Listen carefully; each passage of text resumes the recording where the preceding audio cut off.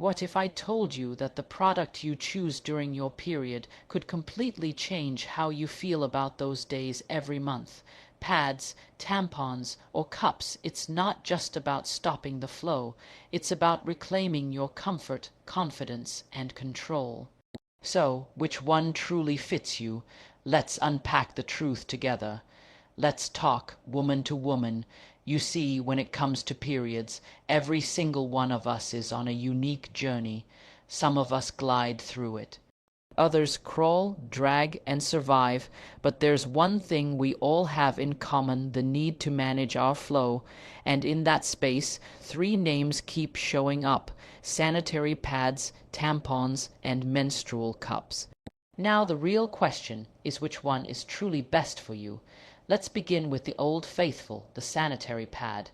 For many women, this is where it all started. A soft, absorbent piece of material that sticks onto your underwear and catches your flow as it comes. Simple, no fuss, no insertion, no discomfort if it's positioned right. But let's be honest, pads can be bulky, they can shift, they can feel like diapers, especially on those hot days when your thighs are doing more work than usual. Still, for beginners or for women who simply don't feel comfortable inserting anything into their body's pads are the go-to. Reliable, non-invasive, but with a downside: they're not the most environmentally friendly, and changing them frequently is a must to avoid odor or irritation. Now enter tampons. These are for the woman on the move, the woman who doesn't want her period slowing her down. Tampons go in, yes, inside, and that alone makes a lot of women hesitate. But once inserted correctly, you almost forget it's there. You can swim, dance, run, wear your tightest outfit, and still feel confident. Tampons absorb the blood before it even exits your body. Sounds neat, right? But here's the catch: tampons come with rules. You can't leave them in too long, 8 hours max, and that's pushing it. There's a small but real risk of something called toxic shock syndrome. So this option, it requires responsibility, awareness, and good hygiene practices. Then comes the game changer, the menstrual cup. For some, it sounds like science fiction. A flexible cup made of medical grade silicone that you fold, insert, and it collects the blood, not absorbs, collects. Sounds a bit weird at first, I know, but once you get the hang of it, you might just fall in love. No need to change every few hours. A menstrual cup can stay in for up to 12 hours, depending on your flow. It's reusable, cost-effective, and good for the environment. One cup can last you years, but let's be real, there's a learning curve. It takes patience to insert it correctly, and you have to be okay with getting a little hands on with your body. So which one is best for you? That's not a question someone else can answer for you. This is about your comfort, your body, and your lifestyle. It's about listening to yourself. What works for your best friend might feel like a nightmare to you, and that's okay.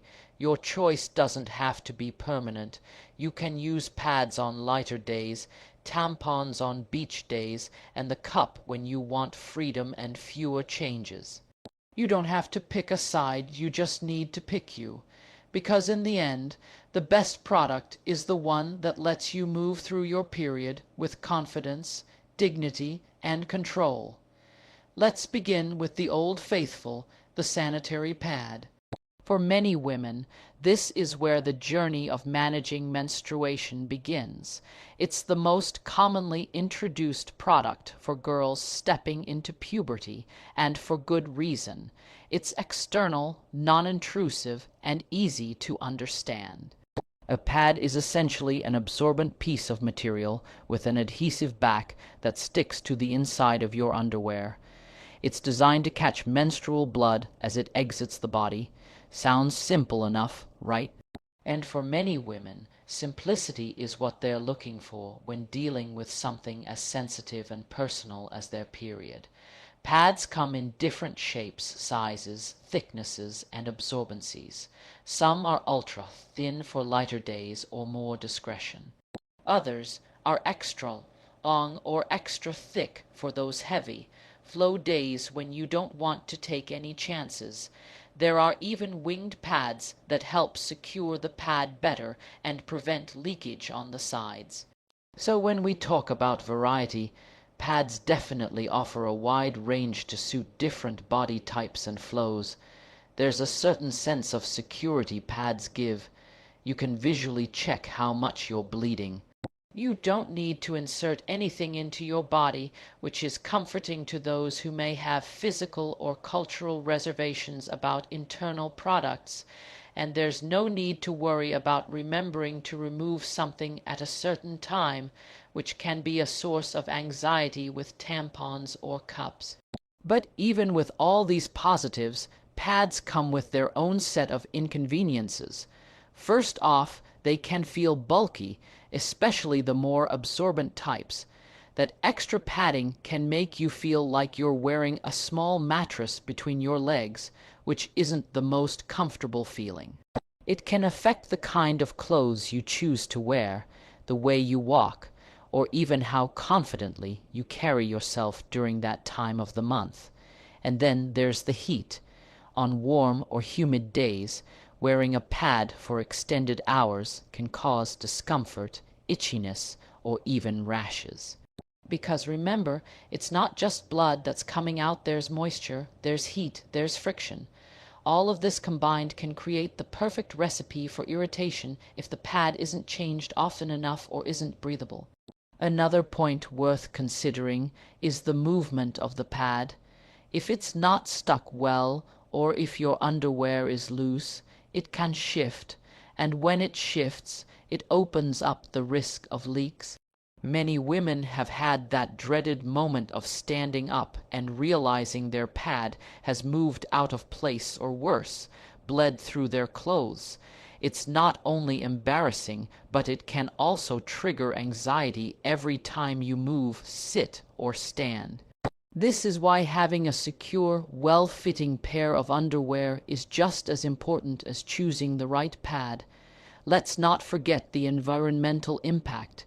Most sanitary pads are made with synthetic materials and contain plastic components that aren't biodegradable. A single woman could use thousands of pads in her lifetime, all of which end up in landfills. So while pads offer convenience, they also raise concerns about sustainability. Some brands have started creating organic or biodegradable options, but they can be more expensive or harder to find, depending on where you live. Lastly, there's the cost over time. Pads are a recurring expense. Every month you need a fresh pack, and if your flow is heavy or lasts longer than average, you may need more than one pack per cycle. For women and girls with limited financial resources, this can become a burden.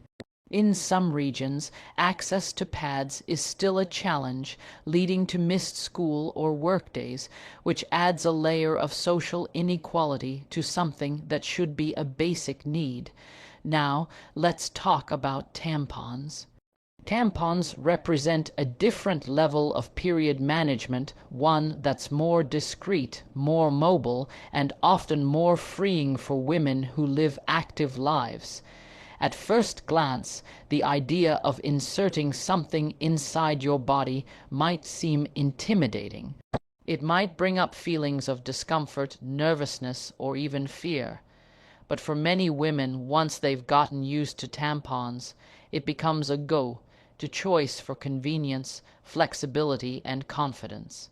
A tampon is a small, cylindrical product made of absorbent material, designed to be inserted into the vaginal canal, where it absorbs menstrual blood before it even leaves the body.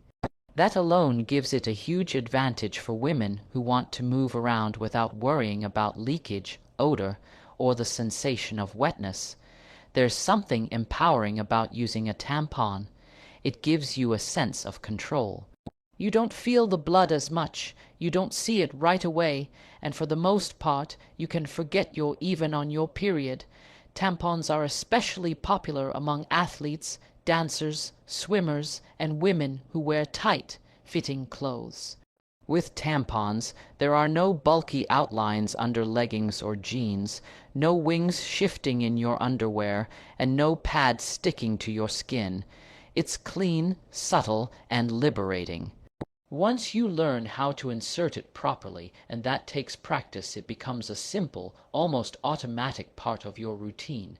Tampons come in different sizes and absorbency levels, just like pads. There are light, regular, super, and even ultra tampons, each designed to match the intensity of your flow. Some come with applicators, plastic or cardboard tubes that help guide the tampon in smoothly, while others are digital, meaning you insert them using your fingers.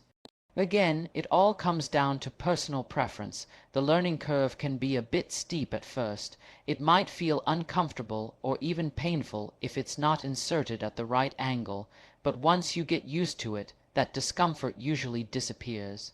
However, tampons are not without their responsibilities. You cannot forget that it's inside you. Leaving a tampon in for too long can lead to serious health issues. One of the biggest concerns is toxic shock syndrome, a rare but life-threatening condition caused by bacterial toxins. Although the risk is low, it's real. That's why it's important to follow guidelines and never leave a tampon in for more than 8 hours. For some women, that time limit creates a mental clock you're always aware of when you last changed it. There's also the matter of dryness. On lighter days, using a tampon that's too absorbent can make you feel dry or cause friction during removal, so choosing the right absorbency is key. Another thing to consider is comfort with your own body. Using tampons requires you to get familiar with your anatomy. You have to be okay with touching yourself, understanding your angle, and checking placement. This can be empowering, but for some, it's a barrier, especially if they've grown up in environments where there's stigma or shame around talking about or touching their bodies. There are also cultural and religious perceptions to think about. In certain communities,